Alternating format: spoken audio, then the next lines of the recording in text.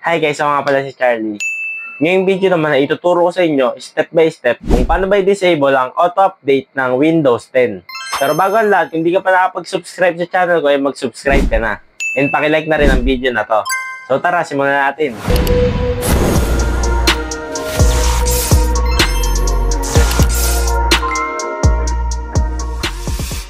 So yun guys, ituturo ko sa inyo step by step kung paano ba i-disable ang auto-update ng Windows 10.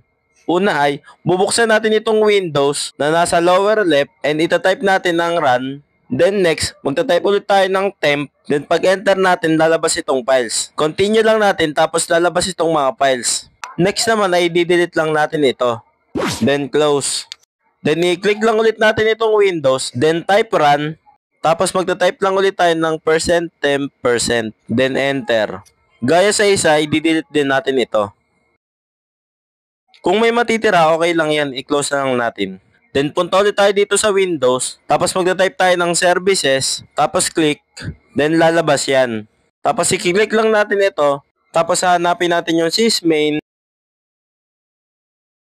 Then right click and click natin tong properties. Disable the startup. Tapos tap lang natin tong service status. Then apply. Tapos okay. Tapos next naman, hanapin natin yung Windows search.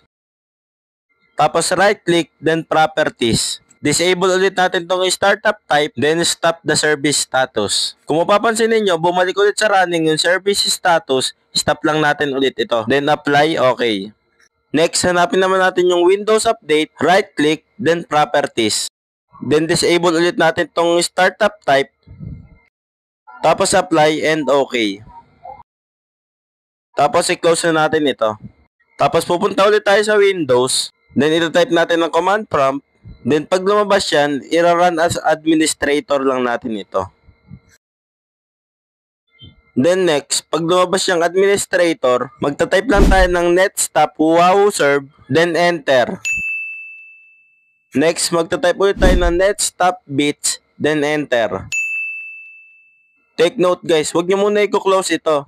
Bali pupunta tayo sa files, tapos sa this PC, then sa local disk C, tapos hanapin natin yung Windows, tapos open natin yung software distribution.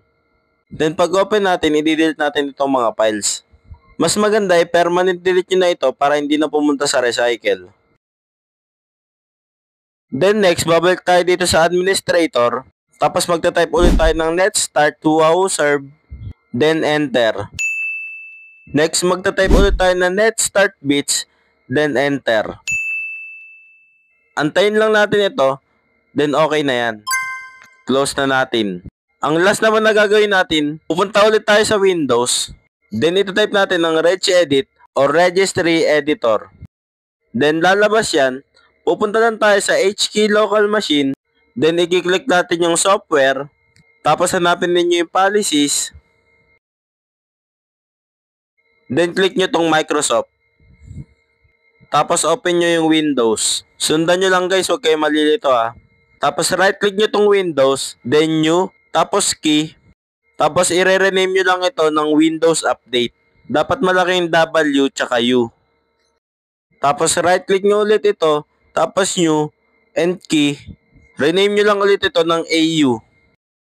Tapos right click nyo ulit. Then new. Then piliin nyo itong D-Word 32-bit. Tapos rename lang natin ulit ito ng No Auto Update. Tapos enter. Then double click ninyo, tapos palitan nyo yung value data ng 1. And dapat naka-hexadecimal siya. Then okay nyo lang. Tapos close nyo na ito. Ngayon, i-check natin kung nag-auto-update pa ang Windows. Pupunta tayo sa service. Then hahanapin natin yung Windows Update. Okay na, naka-disable na ang Windows Update. Next, pupunta tayo sa settings. Tapos update and security. Tapos may makikita kayo dyan na remark na some settings are managed by your organization.